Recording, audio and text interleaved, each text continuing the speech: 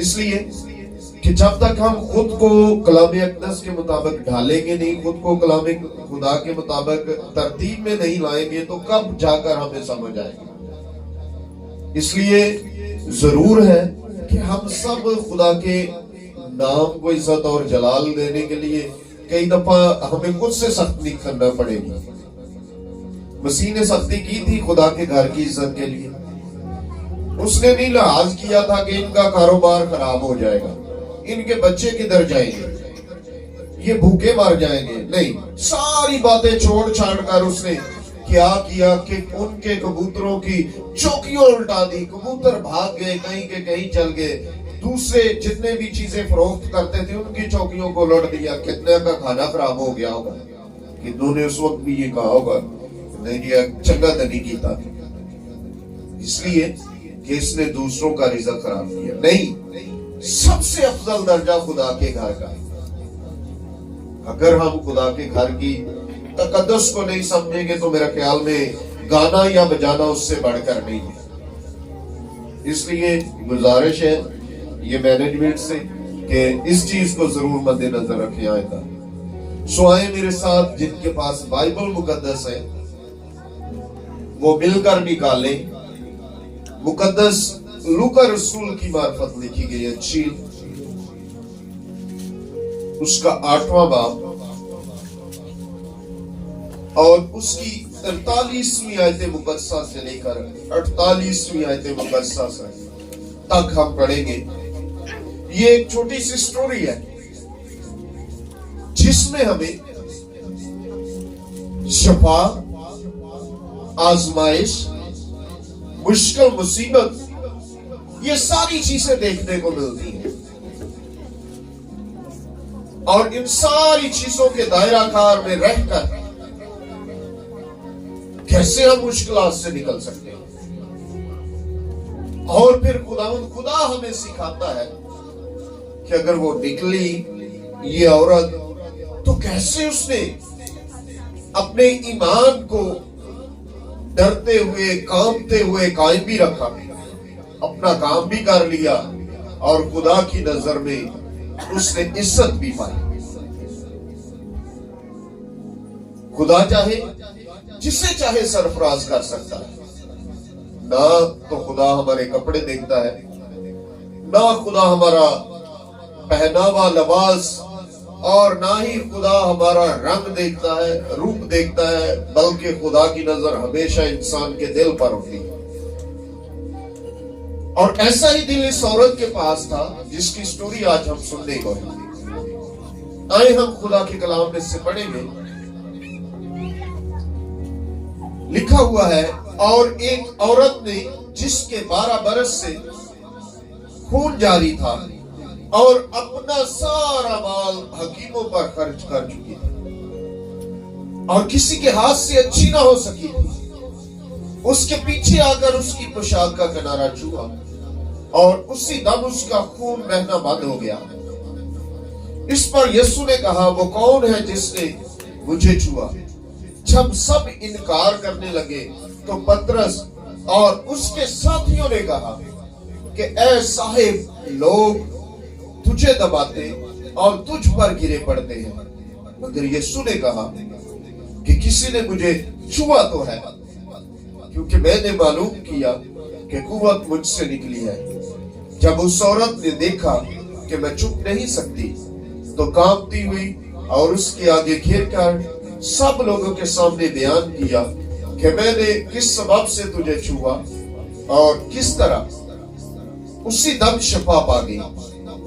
اس نے اس سے کہا، بیٹی، تیرے ایمان نے تجھے اچھا کیا، سلامت چلی جا۔ پاک کلام کا پڑھا اور سنا جانا ہم سب کے لیے باعث برکت۔ آمین۔ آئے میرے عزیزو، ہم آج جو بات سیکھنے کو ہے، یہ شاید سٹوری ہم بڑے عرصے سے سنتے آ رہے ہیں، جیسے خدا کے کلام کی سمجھ آئی تو ہم یہ بات سیکھتے آئے، سنتے آئے۔ اب یہ 12 برس کی بیماری جو ہے، یہ سب سے کٹھن مشکل ٹائم تھا. زکام 2 دن ہو جائے نا, یہ سادی سی بیماری ہے, عام ہی یہ تقریباً میکسیمم کسی نہ کسی کو یہ ہوتی ہے. تو اس سے جان چھڑانا انسان کہتا ہے پل پل میں یہ کب ختم ہو. اور یہ خون جاری ہونا یہ عورتیں اچھی طرح سمجھ سکتی ہیں کہ کیسے اس نے وہ 12 برس گزارے ہوں گے. 2-4 دن کی تکلیف کی بات نہیں ہے. کیسے وہ بیٹھتی ہوگی, کیسے وہ لیٹتی ہوگی, کیسے وہ سوتی ہوگی, کیسے کام کاج زندگی کی چیرن اس کی زندگی, کیسے کپڑوں کا پہناوا پہنتی ہوگی. یہ اس کے لیے آزمائش ہے. شاید کہنے کے لیے لفظ 12 سال چھوٹے سے ہے, 3 الفاظ کا مرکب مجموعہ 12 بن جاتا ہے, لیکن یاد رکھیے گا کہ 12 برس گزارنے بڑے مشکل تھے اس کے لیے. اور یہ آزمائش ایسے امتحان کو ظاہر کرتی جس کا مقصد روحانی بھلائی بھی ہم کہہ سکتے ہیں کہ کیسے اس کے زندگی کے اندر خدا کا جلال ظاہر ہونا تھا, اور کیسے وہ اس آزمائش سے نکل کر دوسرے لوگوں کے لیے گواہی کا سبب بننا تھا. اور ہم سیکھتے ہیں خدا کے کلام میں سے کہ اس نے تھوڑے بہت پیسے نہیں, 2-4 ہزار کی بات نہیں, بلکہ خدا کے کلام کو پڑھے تو لکھا ہے کہ اپنا سارا مال جتنی اس کے پاس دولت تھی بیچ باچ کر اس نے حکیموں ڈاکٹروں پر خرچ کر دیا, اور کسی سے وہ شفا نہ پا سکی. خدا کے کلام میں لکھا ہوا کہ کسی کے ہاتھ سے وہ اچھی نہ ہو سکی. ٹف ٹائم تھا اس کے لیے, مشکل بات. اور ہم سیکھ سکتے ہیں بائبل مقدس میں ایسی اور بھی بہت سی تمثیلیں ہیں جو انسانوں کی زندگیوں کے اندر آزمائش کی طرح برپا ہے. 38 برس کی بیمار کی زندگی پر غور کریں. یہ تو 12 برس ہے, وہ وہاں پر 38 برس سے بیمار ہے. جنم کے اندر کی زندگی پر غور کریں. جو پیدا ہوا اس نے دنیا کو دیکھا ہی نہیں, باتوں کی دنیا میں وقت گزار رہا ہے, سننے پر صرف اکتفا کر رہا ہے, نہیں پتا کہ کون کہاں ہے, کون میری ماں ہے, کون میرا باپ ہے, دیکھا ہی نہیں. اس کی زندگی کے اندر کیسی مشکلات پیدا ہوتی ہوگی, کیسی اس کی اجیرن سی زندگی ہوگی. لیکن خدا کا کلام ہمیں یہ بات سکھاتا ہے کہ کبھی کبھی آزمائشیں انسان کی زندگی کے اندر جو آتی ہیں وہ انسان کو راہ راست پر لانے کے لیے بھی آتی ہے. بندہ پھر جائے نا تو خدا دی طرفوں مشکل آتی ہے, آتی انسان کی اپنی ہی بنائی ہوئی مشکلات ہیں.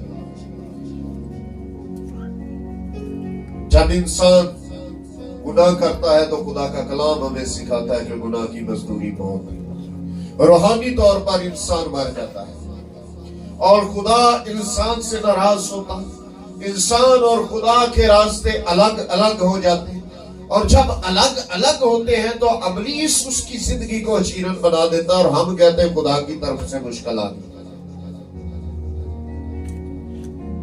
یاد رکھیے گا,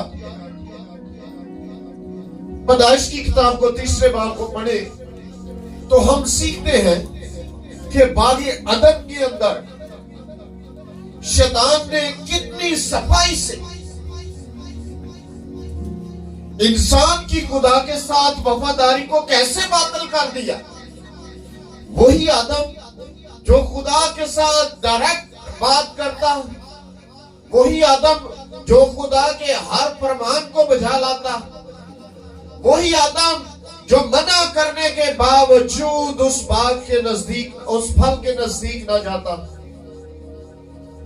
اور یہی آدم ہے جس نے چھوٹی سی ایک کوتاہی کی وجہ سے انسان اور خدا کے درمیان کتنا فاصلہ قائم کر دیا، جس کو مٹانے کے لیے برسوں بیت گئے،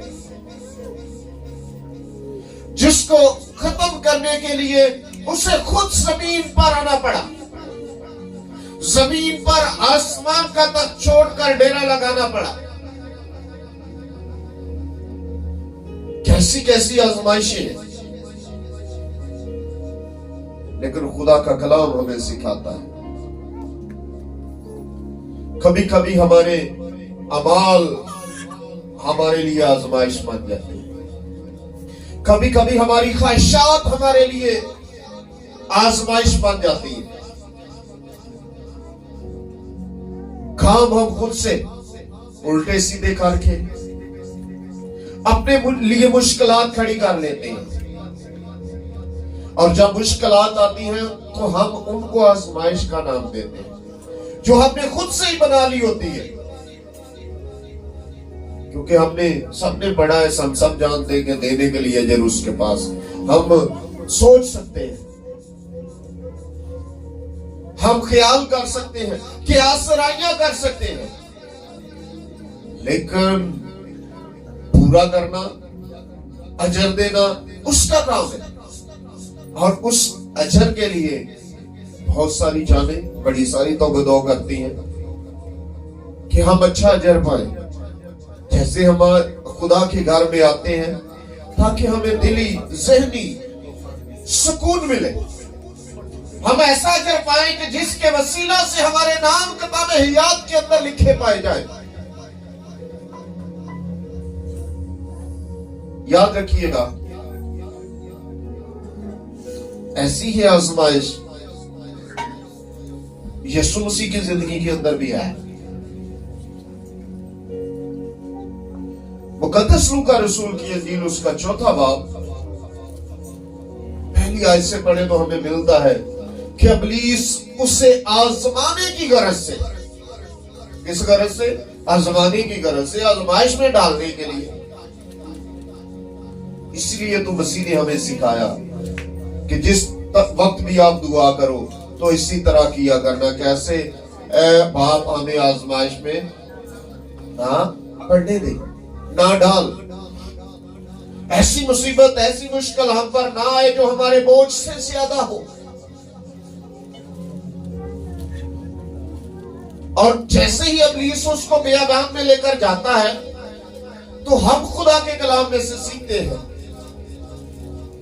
کہ وہ کیسی کیسی آزمائش میں اس کو ڈال دیتا ہے، دنیا کی شان و شوکت دکھاتا، لالچ دینے کی کوشش کرتا، اسی بھی انسان ہونے ناتے سب لالچ، بڑی ساری ایسے لالچ ہماری زندگی کے اندر،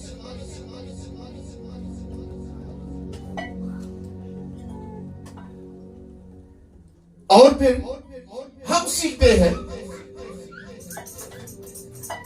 کہ جیسے وہاں پر وہ آزمائش سے نکلتا ہے، آج ہمارے لیے بھی یہ سبق ہے۔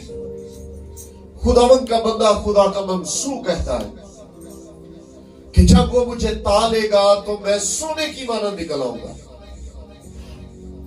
یاد رکھیے گا، آزمائشوں کے اندر سے گزرنا حقیقی زندگی ہے۔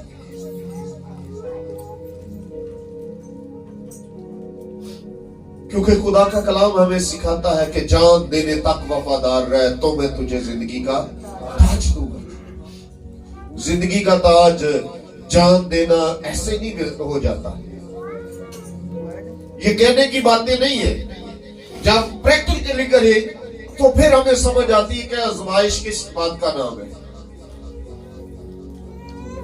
اور کیسے جان دے سکتے ہیں۔ یہاں پر ہم سیکھے نا تو آزمائش پترس پر بھی آئی تھی، اس نے کہا تھا خداوند میں تو تیری خاطر جان بھی دے دوں گا، دیتی سی؟ بالکل نہیں، لکھتے ہیں کہ مرغ کے بھاگ دینے سے پہلے وہ 3 بار اس کا انکار کر چکا تھا. وہ سمجھتا تھا کہ میں یہاں پر اگر کہوں گا کہ میں مسیح کا ساتھی ہوں تو میری جان چلی جائے گی. حالانکہ یسوع کا لاڈلا شاگرد تھا. اس کے باوجود بھی جیسے ہی آزمائش آئی تو وہ بھاگ گیا. آزمائشوں سے بھاگی یہ بات. آزمائشوں کے اندر وفادار رہنا سیکھیے. مشکلات آئے تو وفاداری سیکھے. مصیبتیں آئے تو وفاداری سیکھے. حالات نازک ہو جائے تو وفاداری سیکھے. روپیہ پیسہ کم ہو جائے تو تب بھی وفاداری سیکھے. لڑائی نہیں پالڑی. اکثر دیکھتے کہ جب پیسے کم ہو گھر میں تو عورتیں کیا کرتی ہیں؟ لڑ پڑتی ہیں. گلا گلا لڑ بندے بھی لڑ پہ نہیں. یہ خدا کے لوگوں کا کام نہیں ہے. تھوڑا سا پیچھے چلے جائیں وقت کو لے کر تو اکثر ہم سٹوریاں سنتے ہیں, کہانیاں سنتے ہیں, لیکن حقیقت میں سیکھا ایک ایسی شخصیت سے جو ہمارے ریلیٹیو تھے. انہوں نے کہا کہ ہم جب کپڑے دھوتے تھے تو ہمارے پاس صرف صابن نہیں ہوا کرتے تھے. وہ ایک جڑی بوٹی انہوں نے بتائی, کہتی اس میں ہم وہ بھگو کر اسی کے ساتھ اپنے اس پانی کے ساتھ کپڑوں کو دھویا کرتے تھے. تو میں حیران ہو گیا کہ وہ بھی زندگی تھی, وہ بھی لوگ تھے. آسائشوں کو حاصل کرنے کے لیے کئی بار ہم گناہ کرتے ہیں. ایک بار نہیں, بار بار گناہ کرتے ہیں. اپنی خواہشات کو پورا کرنے کے لیے بارہا ہم غلط کام کرتے ہیں. اور پھر کہتے جی آزمائش آئی. آزمائش آئی نہیں, ہم نے ڈال لی اپنے اوپر, اپنے لیے کھڑی کر لی آزمائش. اس لیے سیکھیے گا خدا کے کلام میں سے. مقدس پالوس رسول کا عبرانیوں کی کلیسیا کے نام خط, اس کا 4 باب, اس کی 15ویں آیت جو بھی پہلے نکال دے وہ پڑھ دیں تاکہ ہم سیکھ جائیں کہ ہم پر اکیلے مصیبتیں آزمائشیں نہیں آتی. یہ میں فرائیڈے والے دن بھی 15ویں آیت 4 باب عبرانیوں کی کلیسیا کے نام پالوس رسول کا خط.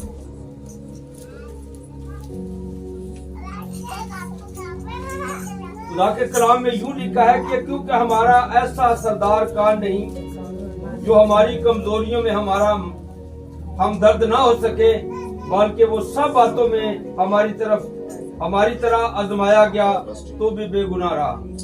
ہاں جی میرے عزیزو, ہم خدا کے کلام میں سے سیکھے. جیسا کہ ہم نے یہ ورس پڑھی کہ ہمارا سردار کاہن کوئی عام نہیں ہے بلکہ خاص الخاص ہے, اور جس طرح وہ سب باتوں میں آزمایا گیا اور ان کی بھی مدد کرتا ہے. کن کی؟ جو آزمائے جاتے ہیں. عام شخص نہیں ہے ہم. ہمارا ہیلپ فل گاڈ, ہمارا ہیلپ فل خدا ہم وقت ہماری مدد کے لیے تیار رہتا ہے. ضرورت اس بات کی ہوتی ہے کہ اس خدا کی حضوری میں ہم ٹھہرے, برداشت کریں, وقت کا ویٹ کریں, کیونکہ خدا کا کلام ہمیں وائس کی کتاب کو پڑھے تو سکھاتا ہے کہ ہر کام کا ایک وقت ہے. پیدا ہونے کا وقت, مر جانے کا وقت, غمی کا, خوشی کا, ہر چیز کا ایک وقت ہے. وقت سدا ایک جیسا نہیں رہتا. آج ہماری زندگی کے اندر مشکلیں ہیں, کل آسانیاں ہیں. یہ میں نہیں کہہ رہا, میں کوئی جھوٹی تسلی نہیں دے رہا. خدا کا کلام ہمیں تسلی دیتا ہے, اس بات کی تصدیق کرتا ہے. اور خدا کے کلام کی بات